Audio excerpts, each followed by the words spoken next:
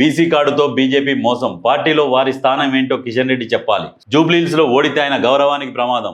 BC ముఖ్యమంత్రి కేవలం మాటలేనా? Goshamahal MLA Raja Singh.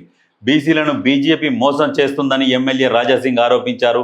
బుధవారం జూబ్లీహిల్స్ అభ్యర్థి ప్రకటన తర్వాత కేంద్ర మంత్రి కిషన్ రెడ్డిపై ఆగ్రహం వ్యక్తం చేశారు. ఇదేమి రాజ్యం, కిషన్ రెడ్డి రాజ్యం అంటూ నినాదాలు చేశారు. తెలంగాణలో ఎన్నికలు వస్తే బీసీలను మర్చిపోతారని, నేడు కమలం పార్టీలో బీసీలు ఎక్కడ ఉన్నారో చెప్పాలని ప్రశ్నించారు.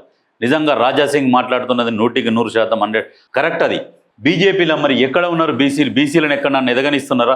ఓన్లీ కిషన్ రెడ్డి చక్రం తిప్పుతాడు రాష్ట్రంలో బీజేపీలో. మిగతా ఎవ్వరిది కూడా పనిచేయదు. ఎవ్వరు అధ్యక్షులున్నా పేరుకు మాత్రమే అధ్యక్షులు. చక్రం తిప్పేది కిషన్ రెడ్డి.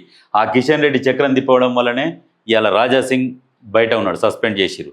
అని ఏం చేసినా ఎంత చేసినా ప్రతిపక్షాలకు అంటే బీజేపీ ప్రతిపక్షాలకు మాత్రం చాలా బలంగానే ఉంటారు. ఎందుకంటే ఇప్పుడు కాంగ్రెస్ కావచ్చు, అటు బీఆర్ఎస్ కావచ్చు.